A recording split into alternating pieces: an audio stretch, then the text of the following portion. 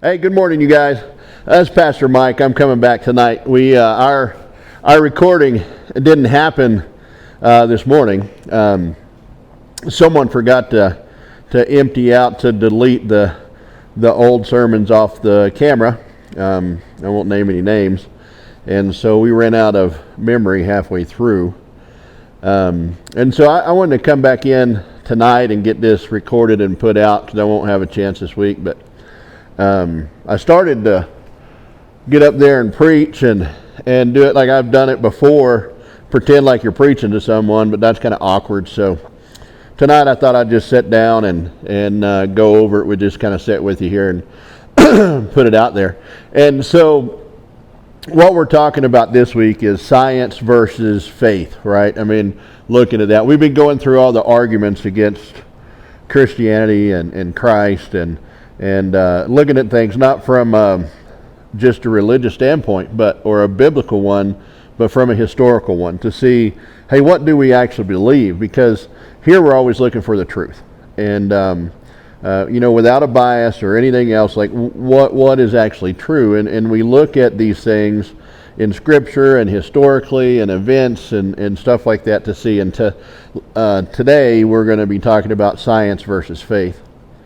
And last week we probably asked the most important historical question in Christianity, and that is, did Jesus really rise from the dead? And what we saw that Christianity, it does not begin with just believe. It actually begins with something that actually occurred in history, an event, a provable, tangible an event. And we had an empty tomb, and we had eyewitnesses, and then we had the lives. We had lives that were radically transformed. With the apostles, they were completely different after Christ returned and appeared to them than they were before. And then a lot of other lives is touched as well. And so the resurrection we see is not poetry. It's not some kind of metaphor or a myth. It's an actual event. And if that event is real, if Jesus actually walked out of the grave, then Christianity isn't wishful thinking. It's reality. But once you accept that Christianity is grounded in the real world, in reality, another question shows up pretty fast. And that is where a lot of people kind of stall out a little bit, because if Jesus really rose from the dead, then what about science?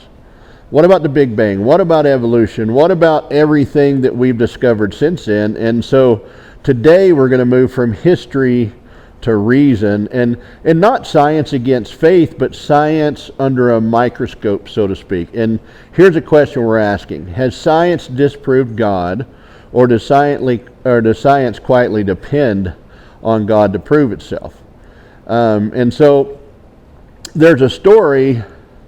Okay, that almost all of us heard. We've heard this excuse, and it says that science is about facts and faith is about feelings, and science is rational, but yet faith is just a leap in the dark. And for a lot of people, that's the story, is the reason why they walked away from church. Not because they hated God or not because they loved sin, but because they were told if you think deeply, then you cannot believe faithfully. But here's the problem. That story isn't true, because both science and faith require some kind of belief in things that cannot be seen or touched or proven in a laboratory. If you keep asking honest questions long enough, real questions, you eventually reach a place where proof runs out and trust begins. And that's not just religion, that's in science. And so today we're asking whether you have faith. We're not asking whether you have faith, because everyone does. We're asking which faith is more reasonable. And so we'll look at where science itself requires faith. And first and foremost, science requires faith in order. Science assumes the universe is orderly. Experiments only work if tomorrow behaves like today did. And equations only matter if reality follows a set of rules. But here's the question that science can't answer: why is the universe ordered at all? And order doesn't come from chaos, and no scientist walks into a lab expecting randomness to suddenly decide to behave. Science doesn't create order, it borrows it. And Romans 11:36 says, "For him and through him and to him are all things." You see, order isn't accidental. It flows from something.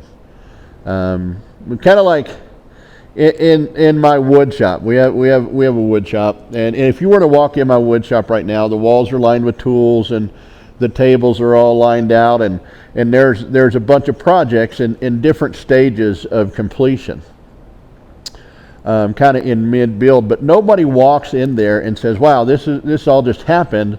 Order immediately tells you something, and that is someone was here. Design doesn't require faith; it requires honesty. It'd kind of be like, you don't see a nice new functioning app on your phone with great coding that works well and be like, "Oh wow, this just appeared, this just happened out of nowhere." No, when we see that thing, we know that code requires a coder, and that somebody created that. And faith, I mean, we have to look at these things, right? I mean, we can't assume that here on earth that everything requires a design or a creator or, something to set something in motion, some kind of force. But yet expect all of creation to happen out of just randomness and chaos that organizes itself. And so they have to have faith in order. Another thing is science has to have faith in the laws of nature. It has to believe in that. Science depends on laws. It depends on the laws of gravity and thermodynamics and mathematics. But laws are not physical things. You can't touch gravity, you can't weigh mathematics, and you can't put logic under a microscope to be able to observe it on a cellular level.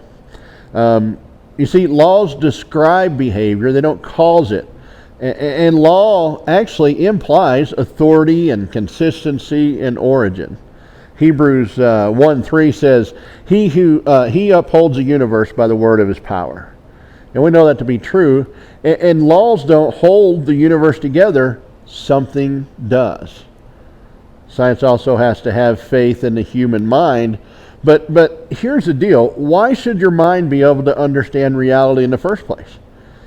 If your brain is just a survival mechanism, then how can we trust it to discover truth? Why trust logic? Why trust reason? Why trust math? Like, science assumes rational minds in a rational universe. The assumption only works, though, if the mind came before matter. In John 1:1 we read that in the beginning was the Word, and you guys know how that goes on and finishes out, but that is logos, the written word, and reason and meaning. Reality begins with the mind, and it's not by accident. We look at the Big Bang and evolution where explanation stops. At some point there becomes a faith statement in there. And the Big Bang, see, science tells us the universe had a beginning, that time began, and that space began, and that matter began. But here's where the wheels fall off of that thing, is when you ask what caused it. Because eventually the answer becomes, we don't know. It just happened. And that's not science, that's faith in the unknown. In Genesis 1:1 it says, in the beginning God created the heavens and the earth. Christianity doesn't panic about beginnings. It actually explains them. And if we kind of look at evolution, the summary of that, evolution explains adaptation, but it does not explain where life came from. It doesn't, not where information came from, not where consciousness came from.